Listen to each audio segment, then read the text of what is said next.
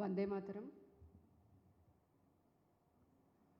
Media మిత్రులందరికీ కూడా ధన్యవాదాలు.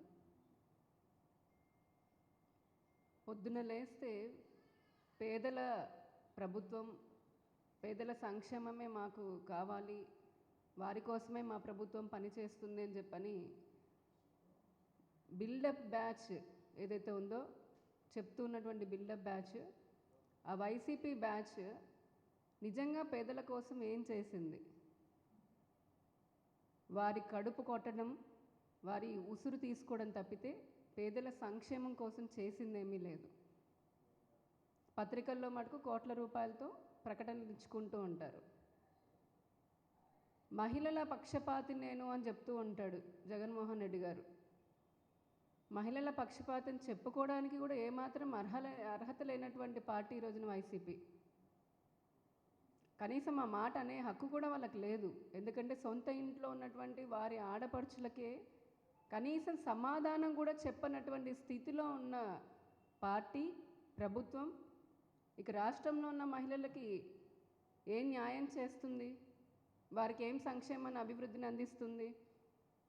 ఒక పక్క కేంద్ర ప్రభుత్వం ప్రవేశపెట్టేటటువంటి పథకాలలో 60% మహిళలే హక్కుదారులాగా ఉన్నారు.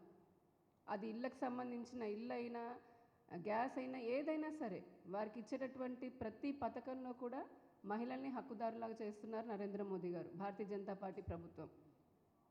ఈ రాష్ట్రంలో వచ్చేటప్పటికి ఆ మహిళలకు ఉన్నటువంటి హక్కులు కూడా పూర్తిగా కాలరాస్తూ,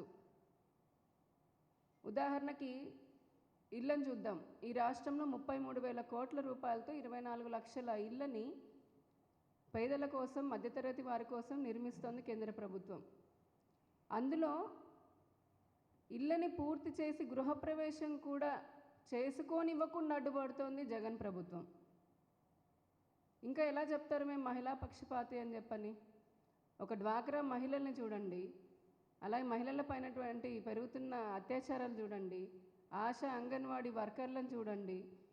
ఏ రంగంలో ఉన్న మహిళల్ని తీసుకున్నా వారికి అన్యాయం చేయడమే వైసీపీ పార్టీ పరిపాటిగా పెట్టుకుంది. డ్రగ్ కల్చర్ పెరిగిపోయింది, విచ్చలవిడి మద్యం ఏర్లై పారుతోంది. దీనిపైన కనీస స్పందన ఉండదు.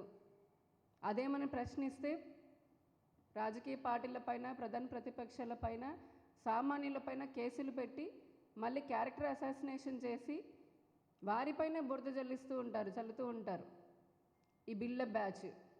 పొద్దున లేస్తే ఒకటే బిల్డప్. మేము లేకపోతే ఇంక ఈ రాష్ట్రంలో ప్రజలకి ఏమీ దిక్కు లేదన్న స్థాయిలో ప్రజల్ని మోసం చేస్తూ, వారి సామర్థ్యాలను, ఏవైతే వారి శక్తి సామర్థ్యాలను పూర్తిగా నీరుగారుస్తూ, వారిని పని చేసుకున్నటువంటి వ్యవస్థలో ఉంచేస్తున్నారు.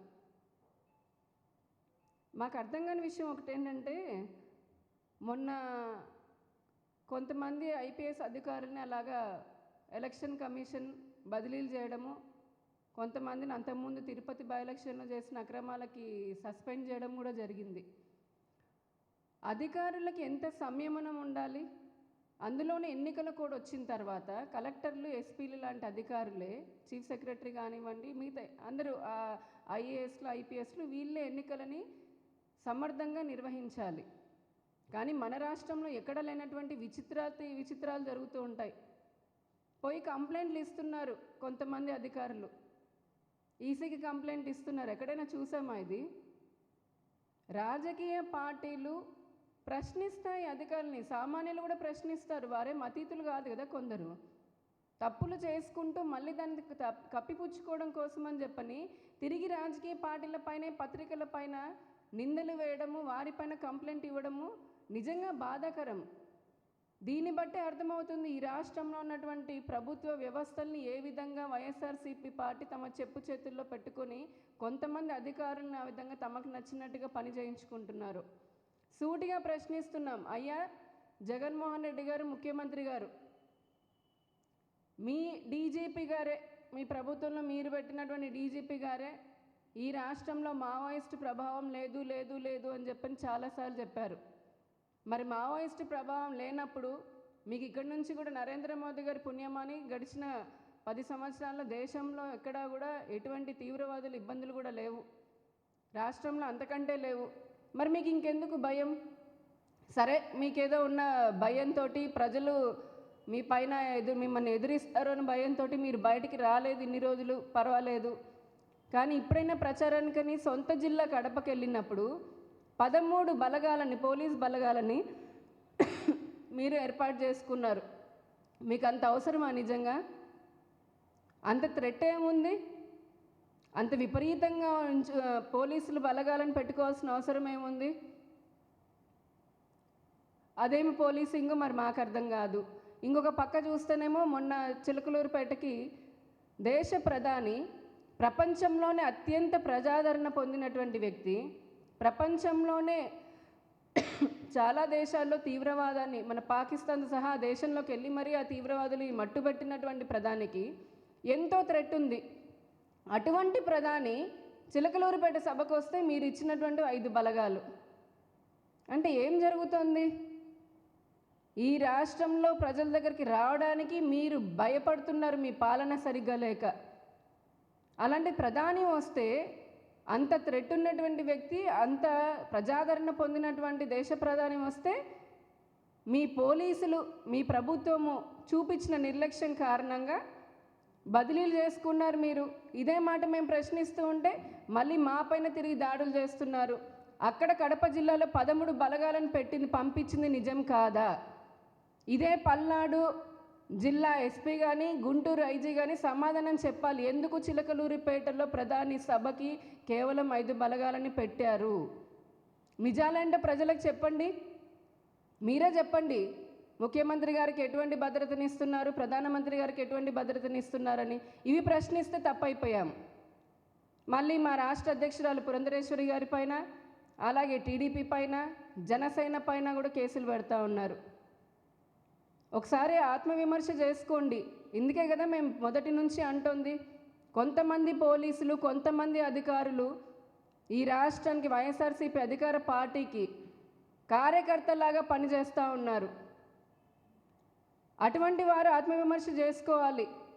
ప్రజలకి నిష్పక్షపాతంగా మీరు సేవలను అందించాల్సినటువంటి బాధ్యతలో ఉండి తిరిగి మళ్ళీ ఈ విధంగా దాడులు చేయడము అనేది ఏమాత్రం సమంజసం కాదు. ఇంకొక పక్క ఇంకో విచిత్రం, ఒక పక్క వాతావరణ శాఖనేమో ఎండలు మండిపోతున్నాయి, వృద్ధులు, చిన్నపిల్లలు బయటికి రావద్దు అని పదే పదే హెచ్చరిస్తూ ఉంది. కానీ మన రాష్ట్రంలో అధికారులు మటుకు మిట్ట మధ్యాహ్నం 3 గంటలకు వచ్చి పెన్షన్ తీసుకోండి, లేదంటే 2-3 సార్లు తిరగండి అని తిప్పించుకుంటూ ఉన్నారు. ఈ రోజున పోతున్నటువంటి ప్రాణాలు, వాటికి ఎవరు బాధ్యత తీసుకుంటారు? మళ్ళీ దీన్ని కూడా రాజకీయం చేస్తున్నారు. ఏమాత్రం సిగ్గులేని ఆ బిల్డప్ బ్యాచ్ వైసీపీ దీన్ని కూడా రాజకీయం చేస్తారు. మీకు అంత ప్రభుత్వ వ్యవస్థ ఉన్నప్పుడు ఆ ప్రభుత్వ వ్యవస్థను మీరు ఎందుకు ఉపయోగించుకోకుండా ఇలా ప్రజల ప్రాణాలు తీస్తున్నారు? చాలా బాధాకరంగా ఉంది. కానీ ఒక మాట అనకూడదు, కానీ అంటున్నాను. ఈ రోజున రాష్ట్రంలో ఎవరైనా వృద్ధులు మరణిస్తే వారి బంధువులు బెంబేలెత్తిపోయే పరిస్థితి ఉంది. వయమ్మో, ఎక్కడ వైసీపీ వాళ్ళు వచ్చి ఎత్తుకొని వెళ్ళిపోతారో బాబోయ్ అని చెప్పని తొందరగా కార్యక్రమం చేసేసేయండి అన్న పరిస్థితికి వచ్చింది. ఇదెంత దారుణం అసలు! ఇటువంటి దరిద్రమైనటువంటి రాజకీయాలకు ఇప్పటికైనా వైసీపీ పార్టీ మానుకోవాలి. చేసిన అభివృద్ధి ఏమీ లేదు. ఎక్కడ చూసినా గుంతల రోడ్లు, ఒక పరిశ్రమ లేదు, ఉపాధి లేదు. ఉన్న ఉపాధిని కాస్త పోయేలాగా చేశారు. ఇసుక కార్మికుల దగ్గర నుంచి ఏ ఒక్క కార్మికుడు కూడా సరైన పని లేదు. ఈ రోజున కేంద్ర ప్రభుత్వం ఇస్తున్నటువంటి ఎన్నో నిధులను దారి మళ్లిస్తున్నారు. ఇచ్చిన ఇల్లు కట్టలేదు. ప్రతి స్కీములో ఏదైతే వస్తుందో దాన్ని కూడా మళ్ళీ ప్రజలకి పూర్తిగా లబ్ధి చేకూర్చే విధంగా లేకుండా మధ్యలో అవినీతి, రాష్ట్రంలో ఉన్న వనరులన్నీ కూడా కబ్జా చేసేశారు. ఇంకా మళ్ళీ కూడా ఏదో మేము సిద్ధం అని అంటున్నారు. ఇంకేం చేయడానికి రాష్ట్రంలో మిగిలింది? ఏ ఒక్క సహజ వనరునైనా మిగిల్చారా? ఇప్పటికే అన్నీ దోచుకున్నారు కదా, పూర్తిగా ప్రభుత్వ భూముల్ని కబ్జా చేసుకున్నారు. పన్నుల రూపంలో పెంచిన వాటి ట్యాక్సుల రూపంలో ప్రజల నుంచి రక్తాన్ని పిండుతూ ఉన్నారు. ఇంకేం మిగిలింది మీరు వెళ్ళి ప్రజలకు చెప్పడానికి?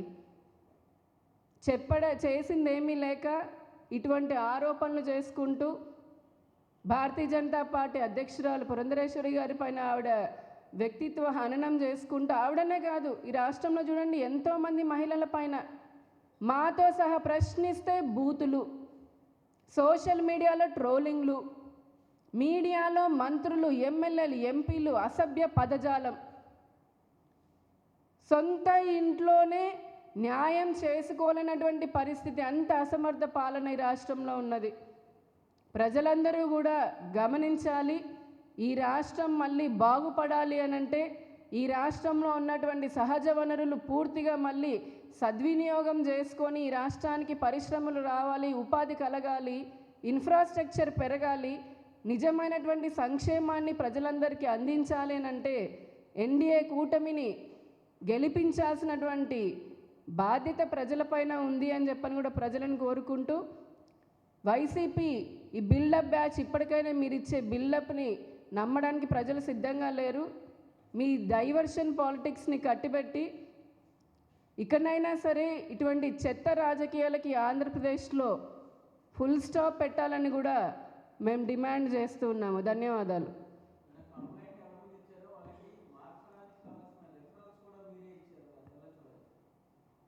ఏం రిఫరెన్స్ అండి?